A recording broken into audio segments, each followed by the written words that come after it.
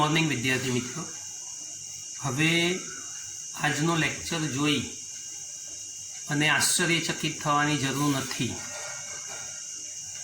કારણ લાસ્ટ ટાઈમના લેક્ચરમાં મેં સૂચના આપી હતી કે ભાઈ બોર્ડ ઉપર દાખલાઓ ગણવામાં, રકમ વાંચવામાં અને બોર્ડ ઉપરના દાખલાઓમાં કમ્પેરેટિવ કામ થોડું ઓછું થાય છે અને મને પોતાને તકલીફ પણ પડે છે. એક તો ચશ્મા છે, પાછા ચશ્મા પહેરવા, ચશ્મા કાઢવાની બધી મગજમારીનો વિષય થાય, એટલે દાખલાઓ અને MCQ પૂરતા આપણે આ પ્રકારે લેક્ચર લઈશું. તમારે એમાં ટેન્શન લેવાની જરૂર નથી, આ સિસ્ટમથી ઓલરેડી તમે ટેવાયેલા છો. 9 ચેપ્ટર ચાલુ કરવાનું આવશે અને થિયોરિટિકલ પોર્શન શરૂ થશે, એટલે ફરી પાછું આપણે જેમ લેક્ચર ચાલતા હતા બોર્ડ ઉપર એ પ્રમાણે શરૂ કરીશું. તો શરૂઆત કરીએ છીએ દાખલાઓથી. થિયરી પોર્શન પૂરો થઈ ગયેલો છે. સ્વાધ્યાયનો 9મો દાખલો 2.9. હવે બેટા 9મો દાખલો શીખવા માટે 8મો દાખલો યાદ કરવો જરૂરી છે.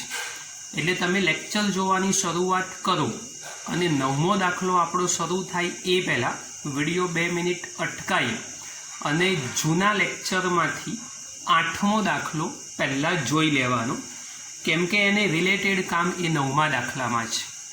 તો હવે રકમ વાંચું છું, સમજજો, ચોપડી જોડે રાખજો. સ્વાધ્યાય 2.8માં આપેલ કેપેસિટરમાં 3 મિલીમીટર જાડાઈની માઇકા એટલે અબરખની પ્લેટ. હવે 3 મિલીમીટર જાડાઈની વાત કરેલી છે, એટલે D = થશે 3 mm. એના મીટરમાં રૂપાંતર કરીશું તો 3 × 10⁻³ મીટર થાય. આ D મળી ગયો સૌથી પહેલાં. ડાઇલેક્ટ્રિક અચળાંક જેનો 6 છે એવું રકમમાં કીધેલું છે. કૌંસમાં ડાઇલેક્ટ્રિક કોન્સ્ટન્ટ K = 6 લખીને આપેલું છે. તો કેપેસિટરની 2 પ્લેટ વચ્ચે એ વિકલ્પ, કેપેસિટરની 2 પ્લેટ વચ્ચે 2 વિકલ્પો સોલ્વ કરવાના છે. એમાં એ વિકલ્પ વોલ્ટેજ સપ્લાય જોડેલો રહે ત્યારે અને બી વિકલ્પ વોલ્ટેજ સપ્લાયનું જોડાણ દૂર કર્યા બાદ દાખલ કરવામાં આવે તો દરેક કિસ્સામાં શું થાય તે સમજાવો. પ્રશ્ન સમજો બેટા ધ્યાનથી પહેલાં કે ભાઈ 8મા દાખલાની અંદર આપણે કેપેસિટરનું કેપેસિટન્સ અને દરેક પ્લેટ પરનો વિદ્યુતભાર શોધી ચૂક્યા હતા. હવે એમાં જ એ કેપેસિટરની 2 પ્લેટ વચ્ચે 6 ડાઇલેક્ટ્રિક અચળાંકવાળી અબરખની 3 મિલીમીટર જાડાઈની પ્લેટ દાખલ કરીએ છીએ. તો જ્યારે વોલ્ટેજ સપ્લાય જોડેલો હોય તો શું થાય અને વોલ્ટેજ સપ્લાય દૂર કરો તો શું થાય એ આપણે જોવાનું છે. હવે આગળના પ્રશ્ન ઉપરથી આડછેદનું ક્ષેત્રફળ જે આગળના પ્રશ્નમાં હતું 6 × 10⁻³ મીટર સ્ક્વેર એ જ હોવું જોઈએ. વોલ્ટેજનું મૂલ્ય જે આપણી પાસે આગળના પ્રશ્નમાં 100 વોલ્ટ હતું એ જ હોવું જોઈએ. અને આગળના પ્રશ્નની અંદર કેપેસિટરનું કેપેસિટન્સ શોધ્યા હતા એ લખવું પડશે. તો V = 100 વોલ્ટ એ 8મા દાખલા પરથી લખેલું છે. 8મા દાખલાની અંદર કેપેસિટરનું કેપેસિટન્સ C બરાબર તમને યાદ હોવું જોઈએ 17.7 પિકોફેરાડે તમે શોધ્યું હતું, એટલે 17.7 × 10⁻12 ફેરાડે. આ આપણે ફેરાડેમાં રૂપાંતર કર્યું. આ બંને મૂલ્યો આગળ 8મા પ્રશ્ન પરથી લાયા છીએ અને એની પરનો વિદ્યુત ભાર એ Q0 એ આપણે શોધેલો હતો. તો એનું મૂલ્ય હતું 17.7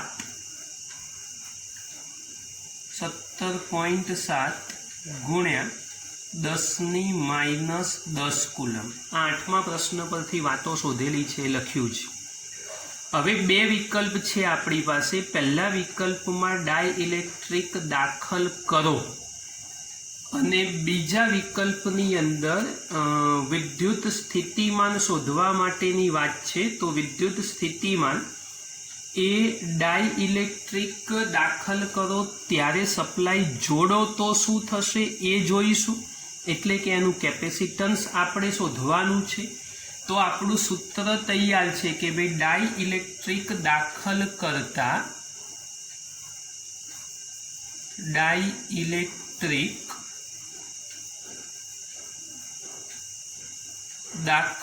કરતા કેપેસિટરનું કેપેસિટન્સ ફેરેડે નામના વૈજ્ઞાનિકે શોધ્યું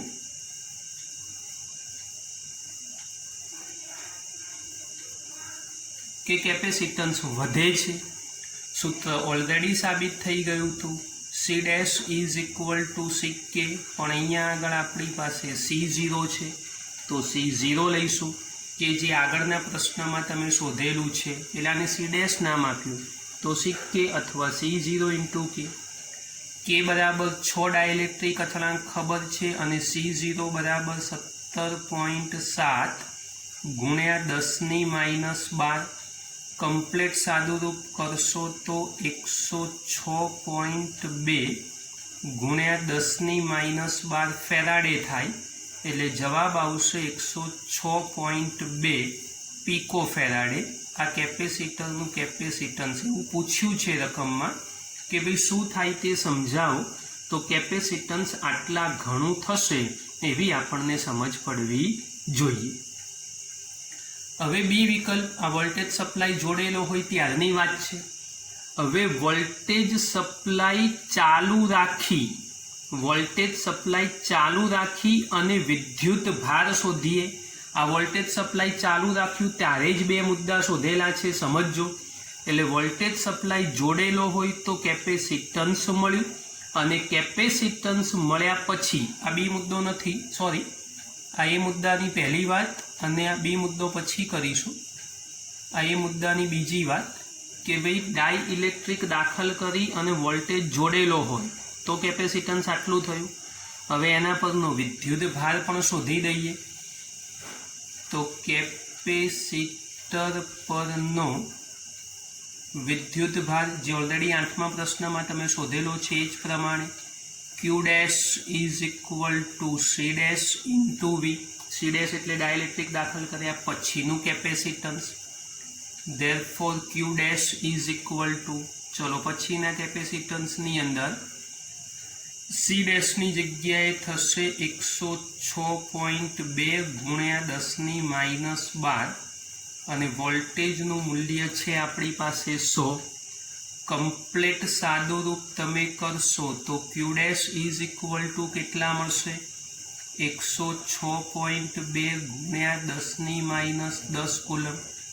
તો આ એ મુદ્દાની વાત કરી કે જ્યારે ડાયઇલેક્ટ્રિક દાખલ કરો અને વોલ્ટેજ સપ્લાય ચાલુ રાખો તો કેપેસિટરનું કેપેસિટન્સ આટલું મળશે અને એના પરનો વિદ્યુત ભાર આટલો થશે.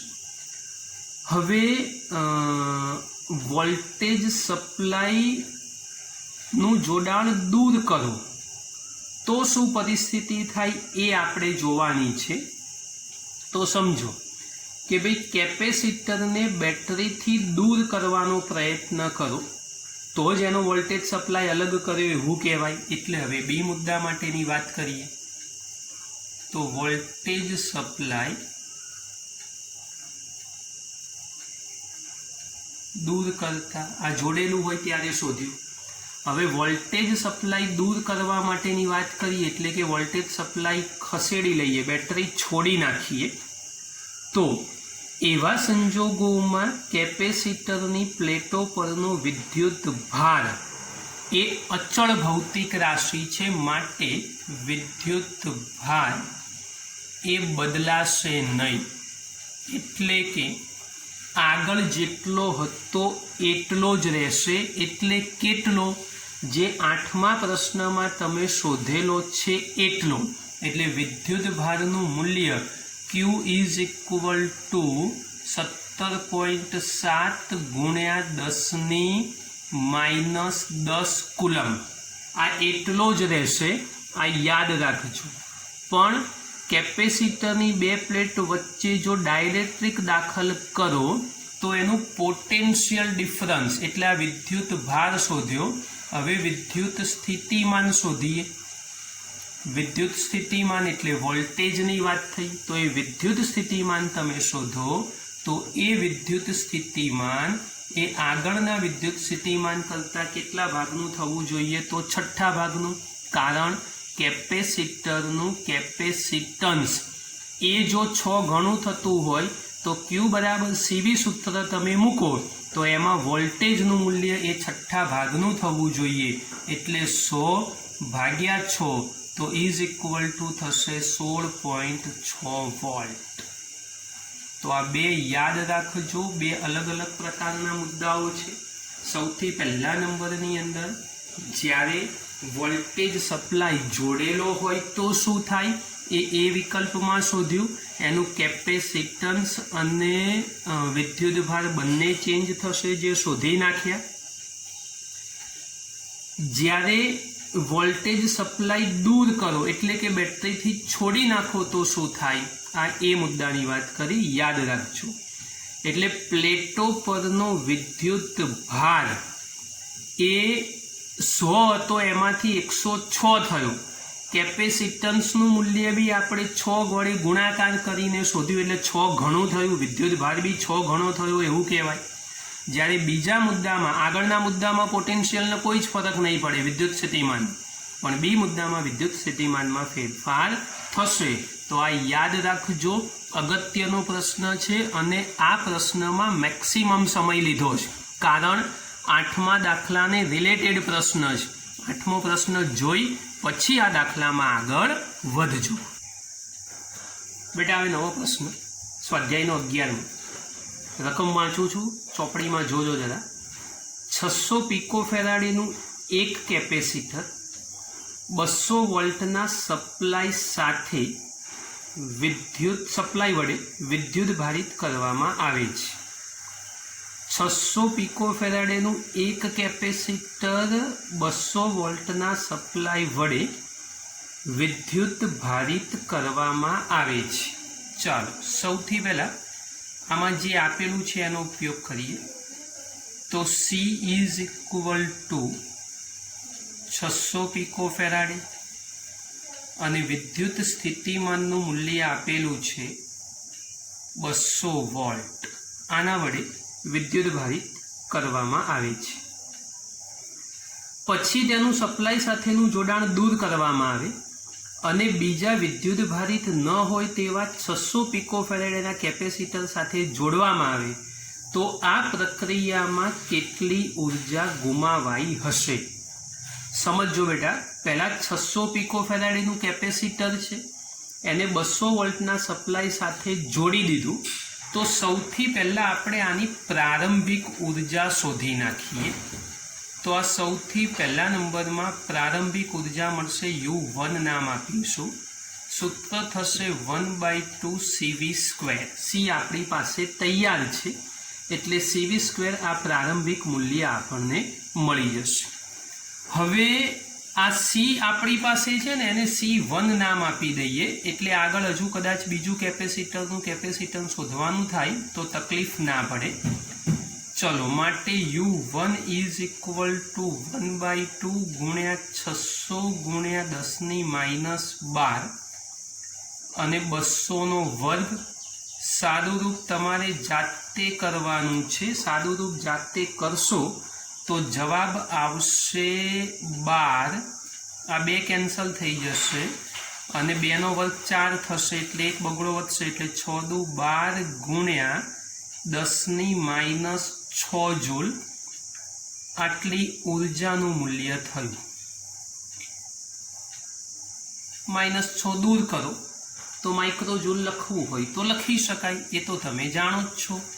એટલે આની જગ્યાએ U1 is equal to 12 micro joule બી ચાલશે। આ પહેલા નંબરમાં C અને V આપેલા છે, એનો ઉપયોગ કરી આપણે પ્રારંભિક ઉર્જા શોધી નાખી। હવે શું કીધેલું છે, પછી તેનું સપ્લાય સાથેનું જોડાણ દૂર કરો અને બીજા વિદ્યુત ભારિત ન હોય તેવા 600 પિકોફેરેડ એના કેપેસિટર સાથે જોડો. એટલે હવે આપણે આ કેપેસિટર પરનો પહેલાં તો વિદ્યુત ભાર શોધવો પડશે. તો ચલો, કેપેસિટર પરનો ઉપરના પ્રશ્નની જેમ જ કેપેસિટર પરનો વિદ્યુત ભાર, ચલો કેપેસિટર પરનો વિદ્યુત ભાર Q1 લખો તો Q બરાબર CV એટલે C1V. ચલો તો શું કરશો ભાઈ, C1 ની જગ્યાએ 600 ગુણ્યા 10⁻12 અને ગુણાકારમાં 200, તો માટે Q1 બરાબર કેટલા થઈ જશે, તો 12 ગુણ્યા 10⁻8, 12 ગુણ્યા 10⁻8 કુલંબ. આ સીધું સાદું સૂત્ર તૈયાર થઈ ગયું આપણી પાસે કે જેમાં કિંમત મળી ગઈ. તો આ સૌથી પહેલા કેપેસિટર માટેની પ્રારંભિક ઉર્જા અને એ કેપેસિટર પરનો વિદ્યુત ભાર. હવે બીજું કેપેસિટર વિદ્યુત ભારિત નથી, સમજો રકમમાં કીધેલું છે બીજું કેપેસિટર વિદ્યુત ભારિત ન હોવાથી પહેલા ઉપર વિદ્યુત ભાર શોધ્યો, બીજા ઉપર વિદ્યુત ભાર નથી, તો બંને પર સંયુક્ત વિદ્યુત ભાર જોડાણ થશે તો વિદ્યુત ભાર સમાન રીતે વહેંચાશે. વિદ્યુત ભારિત ન હોવાથી બંને કેપેસિટર પરનો વિદ્યુત ભાર સમાન રીતે વહેંચાશે. બંને કેપેસિટર પરનો વિદ્યુત ભાર સરખી રીતે વહેંચાશે. હવે એ શોધીશું આપણે. માટે C2 પરનો વિદ્યુત ભાર શોધીએ, એટલે કે બીજા કેપેસિટર પરનું, બંને પર સરખો જ છે, બીજાને C2 નામ આપીએ. એટલે C2 કેપેસિટર પરનો વિદ્યુત ભાર શોધવો છે. તો ચલો, C2 કેપેસિટર પરનો વિદ્યુત ભાર ઇઝ ઇક્વલ ટુ 12 ગુણ્યા 10⁻8 ભાગ્યા 2, એટલે જવાબ થશે 6 ગુણ્યા 10⁻8 કુલંબ. આ વિદ્યુત ભાર મળી ગયો. હવે આ વિદ્યુત ભાર મળ્યો તો એના પરની ઉર્જા પણ શોધીશું આપણે. તેથી બીજા કેપેસિટરના જોડાણ બાદ ઉર્જા. હવે આપણી પાસે વિદ્યુત ભાર અને વોલ્ટેજ છે. વિદ્યુત ભાર અને વોલ્ટેજને સાંકળતી ઉર્જા U2 is equal two 1/2 Q into V. અહીંયા Q2 લઈ લઈશું, બંને પરનો વિદ્યુત ભાર તો સરખો જ છે. તો શું કરશો, 1/2 ગુણ્યા Q2 ની જગ્યાએ કેટલા લખશો, તો Q2 ની જગ્યાએ આવશે 6 ગુણ્યા 10⁻8 ઉપર જે શોધેલા છે એ, અને V ઇઝ ઇક્વલ ટુ કેટલા છે આપણી પાસે, તો 200. તો બીજા નંબરની ઉર્જાનું મૂલ્ય થશે 6 ગુણ્યા, આ 2 કેન્સલ થઈ જશે, એટલે 6 ગુણ્યા 10⁻6 જૂલ. આગળ જે પ્રમાણે શોધી છે એ જ પ્રમાણે માઇક્રોજૂલમાં ફેરવવી હોય તો ફેરવી શકાય. એટલે અથવા U2 ઇઝ ઇક્વલ ટુ 6 માઇક્રોજૂલ. તો આ ઉર્જાનું મૂલ્ય તૈયાર થઈ ગયું. હવે આપણને રકમના શબ્દો પ્રમાણે ઉર્જાના તફાવતની વાત કરેલી છે. તમારે રકમમાં ખાસ ધ્યાનથી જોવું પડે કે આ પ્રક્રિયામાં કેટલી ઉર્જા ગુમાવાઈ હશે. એટલે જો ઉર્જા ગુમાવાતી હોય તો ગુમાવાતી ઉર્જા એટલે છેલ્લા મુદ્દામાં હવે ગુમાવાતી ઉર્જા એટલે delta U is equal two U1 minus U2. ગુમાવાતી ઉર્જા એટલે વધુ હોય એમાંથી ઓછી બાદ કરવી પડે, એટલે થશે 12 ઓછા 6 માઇક્રોજૂલમાં જવાબ આવશે 6 માઇક્રોજૂલ. એટલે 6 ગુણ્યા 10⁻6 જૂલ। તો આ ગુમાવાતી ઉર્જા માટેની વાત થઈ। આ અગત્યની વાત છે, ધ્યાન રાખજો। દાખલો ધ્યાનથી વાંચો, એને સમજો અને પ્રેમથી કામ કરો તો કોઈ જગ્યાએ મુશ્કેલી પડશે નહીં। વિદ્યાર્થી મિત્રો, નવો દાખલો આગળ જોઈએ। રકમના શબ્દોમાં ધ્યાન આપજો। પ્રશ્ન નંબર 2.12 વધારાના સ્વાધ્યાયમાં પહેલો દાખલો। એક 8 મિલીકુલમ્બ વિદ્યુત ભાર ઉગમ બિંદુએ રહેલો છે। હવે ઉગમ બિંદુએ રહેલો હોય તો તમારે ડાયમેન્શન દોરવી પડશે। એટલે આપણે ત્રિપરિમાણની વાત કરીએ તો આ 3 ડાયમેન્શન એ તમારે આવું દોરવું પડે। આ આપણો એક્સ અક્ષ થઈ જશે, આ વાય અક્ષ થશે, આ ઝેડ અક્ષ થશે। આ આપણું ઉગમ બિંદુ તૈયાર થઈ ગયું। 8 મિલીકુલમ્બ વિદ્યુત ભાર ઉગમ બિંદુએ રહેલો છે, એટલે અહીંયા ઉગમ બિંદુ પાસેનો વિદ્યુત ભાર Q બરાબર 8 મિલીકુલમ્બ છે। આ આપેલું છે આપણને। એક નાના -2 ગુણ્યા 10⁻9 કુલમ્બ વિદ્યુત ભારને P003 એટલે ઝેડ અક્ષ ઉપરનું બિંદુ થયું। તો P003 અહીંયા ક્યાંક હોવું જોઈએ। તો આ P બિંદુ લઈ લઈએ આપણે કે જેના યામ 003 હોવા જોઈએ। ઝેડ અક્ષ ઉપરનું બિંદુ થયું। ત્યાં -2 ગુણ્યા 10⁻9 કુલમ્બ વિદ્યુત ભારને P003 બિંદુથી R069 સમજો। R0 એટલે x યામ 0 હોવો જોઈએ, y યામ 6 હોવો જોઈએ અને z યામ 9 હોવો જોઈએ। તો ધારો કે y યામ અહીંયા ક્યાંક 6 હશે, આ ક્યાંક 9 હશે। તો અહીંયા કોઈક જગ્યાએ વિચારી લો કે આ બિંદુ જે તમારું તૈયાર થયું એ R069 આટલા સેન્ટીમીટર બિંદુએ થઈ Q040 એટલે કયા અક્ષ ઉપરનું બિંદુ થયું? તો y અક્ષ ઉપરનું આ Q થશે, એના યામ થશે 040 થઈ। Q040 બિંદુએ લાવવા માટે કરેલું કાર્ય શોધો। તો સમજો કેવી વાત છે। P બિંદુથી સૌથી પહેલા વિદ્યુત ભારને R બિંદુએ લઈ જવાનો છે। આ લઈ ગયા।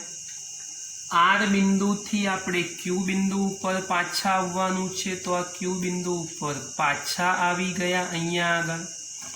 તો એ વખતે કરવું પડતું કાર્ય શોધો। હવે સમજો, બહુ જ અગત્યની વાત છે કે થિયરીમાં એવું ભણ્યા હતા, છતાં ફરી લખીને બતાવું કે ભાઈ વિદ્યુત ભારને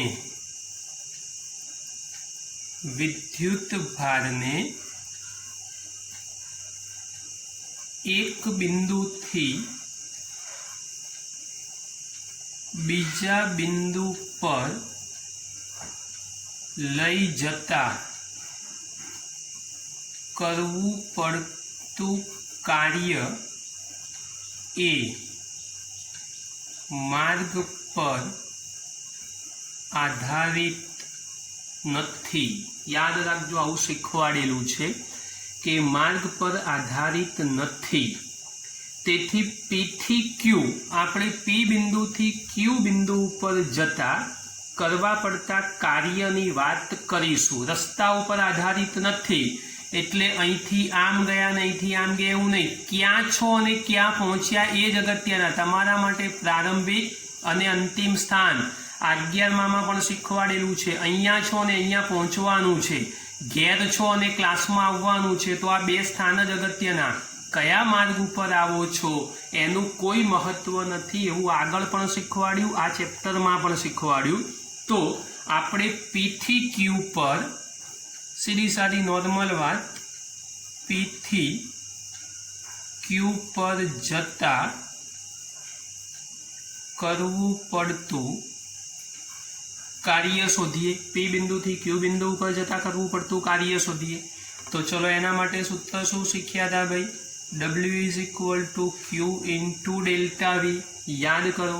ચલો આના મૂલ્યોની આપણને ખબર હોવી જોઈએ. તો સૌથી પહેલા Q = કેટલા છે આપણી પાસે? તો 8 × 10⁻8 મિલીકુલમ એટલે 10⁻3. ડાયરેક્ટ લખી દઉં છું 10⁻³ કુલમ્બ થશે. હવે વિદ્યાર્થી મિત્રો જરા સમજજો, વિદ્યુત ભાર 2 આપેલા છે. હવે 2 વિદ્યુત ભારો આપેલા છે એટલે આ ઉગમ બિંદુ પરનો વિદ્યુત ભાર લખ્યો. બીજો નાનો -2 × 10⁻9 કુલમ્બ, એને ધારો કે Q0 નામ આપી દઈએ. તો Q0 = -2 × 10⁻9 કુલમ્બ. આ બીજા નંબરનો વિદ્યુત ભાર. 2 અંતરો આપણને શોધતા આવડવા જોઈએ યામ પદ્ધતિ ઉપરથી. તો ચલો યામ પદ્ધતિ ઉપરથી 2 અંતરો શોધીએ. R1. તો ચલો R1 = કેટલા થશે? તો ખૂબ ધ્યાનથી જુઓ. R1 બરાબર કેટલા થાય?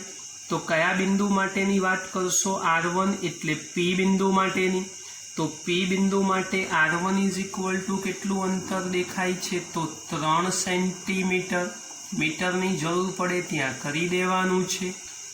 R2 એટલે Q માટેની વાત છે. કેટલું અંતર દેખાય છે? તો 4 સેન્ટીમીટર. યાદ રાખજો, એક Z અક્ષ ઉપરનું બિંદુ છે, એક Y અક્ષ ઉપરનું બિંદુ છે. તો આ સમજ પડવી જોઈએ. હવે આપણા સૂત્રની અંદર Q × ΔV. ΔV એટલે વિદ્યુત સ્થિતિમાનનો તફાવત. તો વિદ્યુત સ્થિતિમાનનો તફાવત એટલે લખીશું V2 - V1. ચલો Q V2 - V1 એટલે V = KQ / R2 -KQ / R1. હાલ નોર્મલ સૂત્ર લખ્યા. હવે આમાં કયા વિદ્યુત ભારને ક્યાં મૂકીશું એની સમજ હોવી જોઈએ. તો સમજો, ઉગમ બિંદુ ઉપર કેટલો વિદ્યુત ભાર છે આપણી પાસે? 8. તો એ સંદર્ભ વિદ્યુત ભાર તૈયાર થઈ ગયો. ધારો કે એને Q કીધો. તમારી ઈચ્છા એને Q0 કહેવાની હોય તો અહીંયા મૂલ્યો બદલી નાખવાના, ચિંતા કરવાની જરૂર નથી. એટલે હવે તમારે શું ધ્યાન રાખવાનું છે? તો Q ધ્યાન રાખો તો બી ચાલે, Q0 રાખો તો બી ચાલે. એટલે કોઈ એક જગ્યાએ બદલવું પડશે. તો આપણે અહીંયા આગળ Q0 લઈ લઈએ છીએ. સમજો ધ્યાનથી. હવે સાદું રૂપ શું થશે? તો KQ × Q0 1/R2 - 1/R1. હવે આનું સાદું રૂપ હું નથી માનતો કે મારે કરાવવું જોઈએ, પણ તકલીફ પડે તો મને તમારે ગમે ત્યારે પૂછી લેવું. બાકી પ્રયત્ન કરજો જાતે કરવાનો. કિંમત મૂકી આપું છું. Kની જગ્યાએ 9 × 10⁹, Qની જગ્યાએ આવશે 8 × 10⁻3, Q0ની જગ્યાએ આવશે -2 × 10⁻9. 1/R2 અને 1/R1 સેન્ટીમીટરના મીટર મેં કીધા હતા. તો અહીંયા થશે 4 × 10⁻2 ઓછા 3 × 10⁻2. હવે સમજો કે આ જે મૂલ્યો આપણી પાસે તૈયાર થયા એમાં આ 3 આ બાજુ જશે, 4 આ બાજુ, એટલે ઉપર બાદ બાકી 3 ઓછા 4 એટલે આ -1 આવશે. અને અહીંયા ઓલરેડી માઇનસ તો છે જ. એટલે છેલ્લા નંબરનો જે જવાબ તૈયાર થયો એ ઓલરેડી કેવા મૂલ્યમાં આવવો જોઈએ? તો પ્લસ.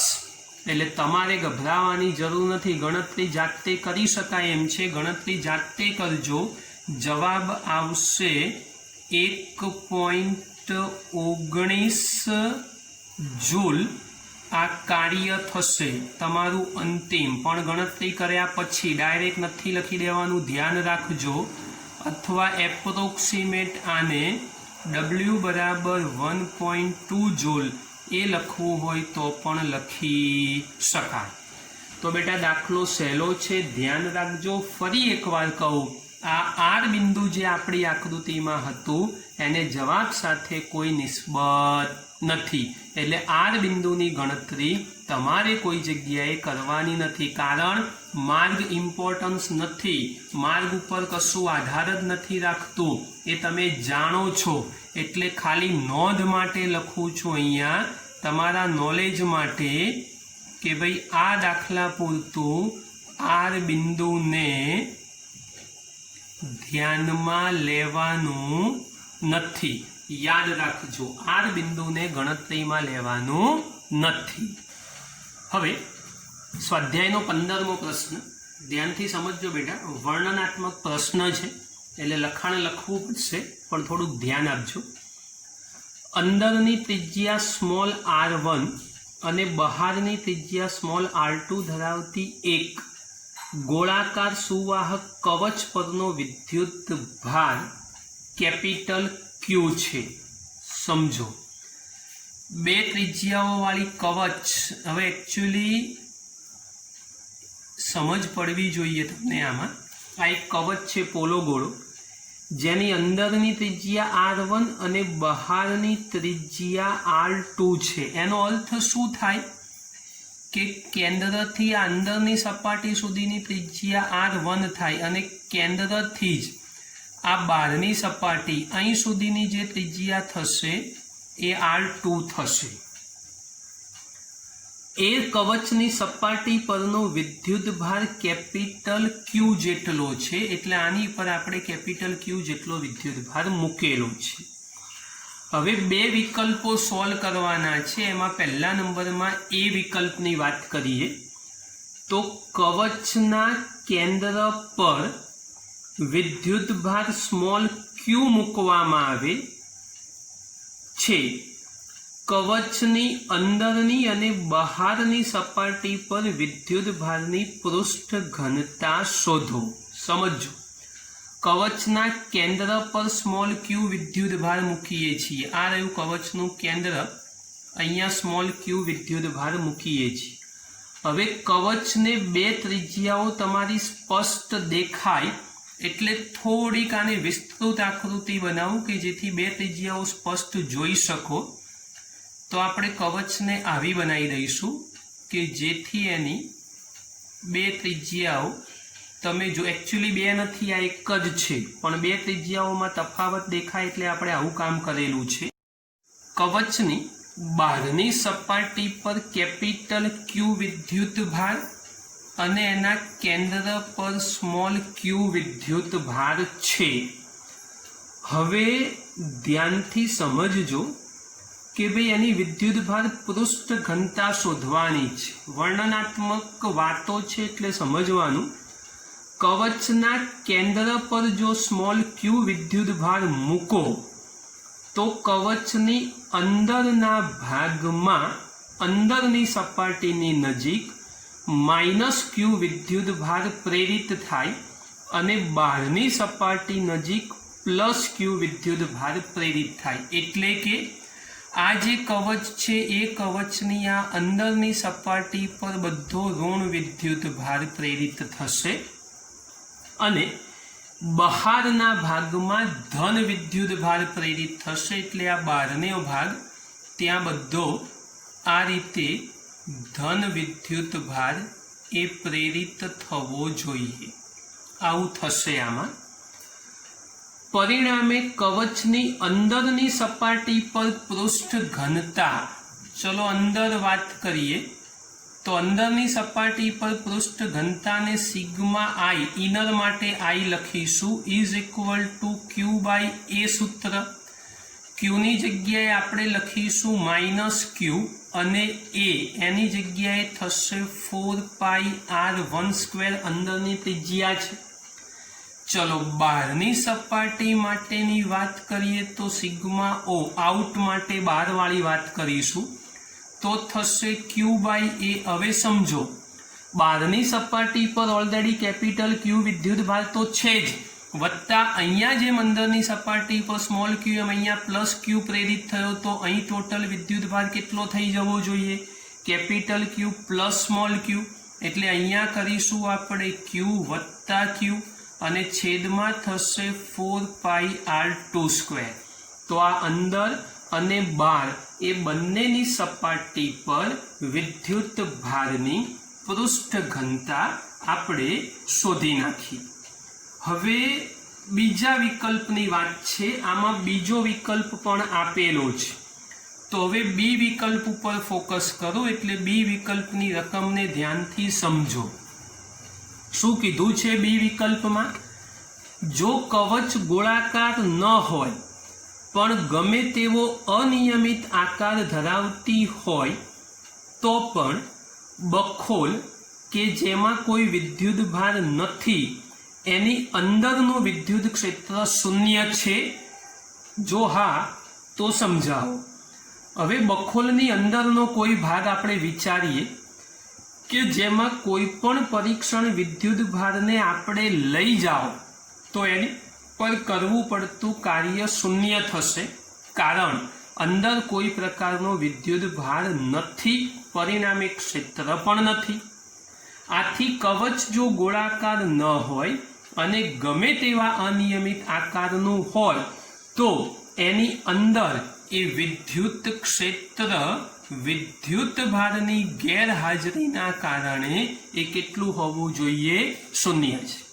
બેટા એક વાત કહી દઉં, આ મેં જે લખાણ લખ્યું છે એ લખાણ લખીને દાખલો પૂરો કરો તો કોઈ માર્ક્સ ના મળી શકે, કારણ આ દાખલામાં મેં જેટલા વર્ણના બધા શબ્દો બોલ્યો છું એ બધા ફરજિયાત લખવા પડે.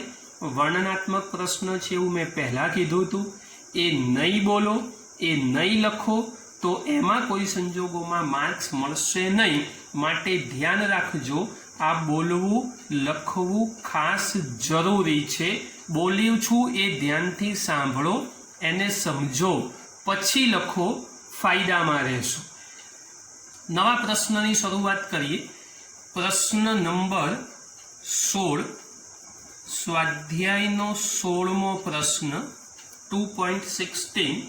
રકમના શબ્દો વાંચું છું, ખૂબ ધ્યાનથી સમજજો, એટલે રકમ ઉપર ફોકસ કરજો. એમાં એ વિકલ્પ છે, પહેલા ખૂબ અગત્યનો છે, ધ્યાન રાખજો એ વિકલ્પ.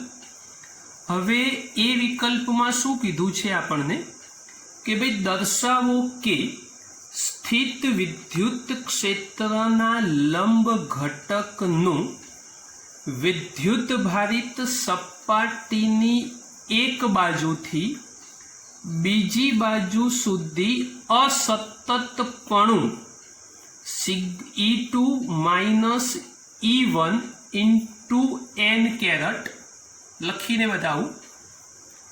E2 - E1 આ બંને સદિશવાળી વાતો છે. n કેરેટ ના લખો તો ચાલે, આપણી રકમમાં છે એટલે એનો જે તે દિશામાંનો ઘટક એ બંને ક્ષેત્રોની બાદબાકી બરાબર σ/ε0 દ્વારા અપાય છે, જ્યાં n કેરેટ એ તે બિંદુએ સપાટીને લંબ એકમ સદિશ છે, સિગ્મા તે બિંદુએ વિદ્યુત ભારની પૃષ્ઠ ઘનતા છે, n કેરેટની દિશા બાજુ 1 થી બાજુ 2 તરફ છે.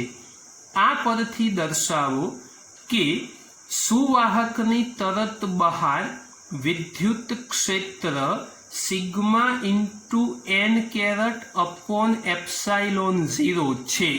Sigma into n caret upon ε0 છે. આવું આપણે દર્શાવવાનું છે. સમજો ધ્યાનથી જરા. તો પ્લેટની વાત કરેલી છે એટલે આપણે એક સમતલ પ્લેટ વિચારીએ કે જેની વિદ્યુત ભારની પૃષ્ઠ ઘનતા એ સિગ્મા જેટલી હોવી જોઈએ. ચલો એક આ પ્લેટ વિચારી લીધી, આની વિદ્યુત ભારની પૃષ્ઠ ઘનતા દર્શાવી દીધી સિગ્મા. હવે આ જે સિગ્મા છે એ સિગ્માની આ સાઈડની દિશા એટલે પોઝિટિવ થશે, એટલે અહીંયા એકમ સદિશ ધન દિશામાં મળશે. આ સાઈડ નેગેટિવ વેલ્યુએશન આવશે એટલે -n કેરેટ આપણે લખીશું. પ્લેટની આ બાજુ 1 નંબરની સપાટી કહીશું, આ બાજુ 2 નંબરની સપાટી કહી દઈશું. હવે વિદ્યુત ભારિત સમતલ પ્લેટની નજીક યાદ રાખો, શીખેલા છો, વિદ્યુત ભારિત સમતલ પ્લેટની નજીક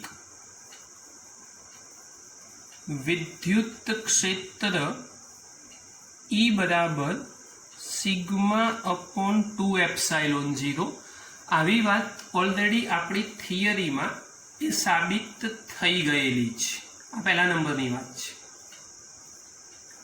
હવે જો વિદ્યુત ક્ષેત્રને સદિશ તરીકે દર્શાવું તો સમતલની એક બાજુનો એકમ સદિશ +n કેરેટ હોય તો બીજી બાજુનો એકમ સદિશ -n કેરેટ હોવો જોઈએ. તો હવે 1 અને 2 બાજુ પર આપણે આ જ સૂત્રને ફોલો કરીએ તો શું લખાશે? બીજા મુદ્દામાં સમજો કે ભાઈ એક બાજુથી 2 બાજુ પર વિદ્યુત ક્ષેત્ર 1 થી 2 એટલે આ દિશામાં વાત થયું, તો એ દિશાનું વિદ્યુત ક્ષેત્ર બીજી પર એટલે સદિશ E2 is equal to σ/2ε0 into n caret positive valuation થશે. એ જ પ્રમાણે ઊંધું બીજી બાજુથી પહેલી બાજુ પર વિદ્યુત ક્ષેત્ર સદિશ E1 is equal to -σ/2ε0 into n caret. ચલો બાદબાકી સ્વરૂપમાં જઈએ. હવે જે રકમના શબ્દો છે એ પ્રમાણે E2 - E1 into n caret. તો હવે આપણી કિંમત મૂકી દઈએ. ચલો આ જે રકમના શબ્દો આપેલા છે એ પ્રમાણે કામ કરીએ. તો E2 ની જગ્યાએ થશે σ/2ε0 ઇન્ટુ n કેરેટ માઇનસ σ/2ε0. સમજો જરા, આ માઇનસ બંનેની વચ્ચેનું ઓલરેડી આ મૂલ્ય માઇનસ તો છે જ, ઇન્ટુ n કેરેટ. તો શું કરીશું? σ/2ε0 into n caret minus minus plus σ/2ε0 into n caret. બંને બાજુ અડધો અડધો એટલે થઈ જશે આખો. તો σ/2ε0 પ્લસ σ/2ε0 n કેરેટ તો છે જ.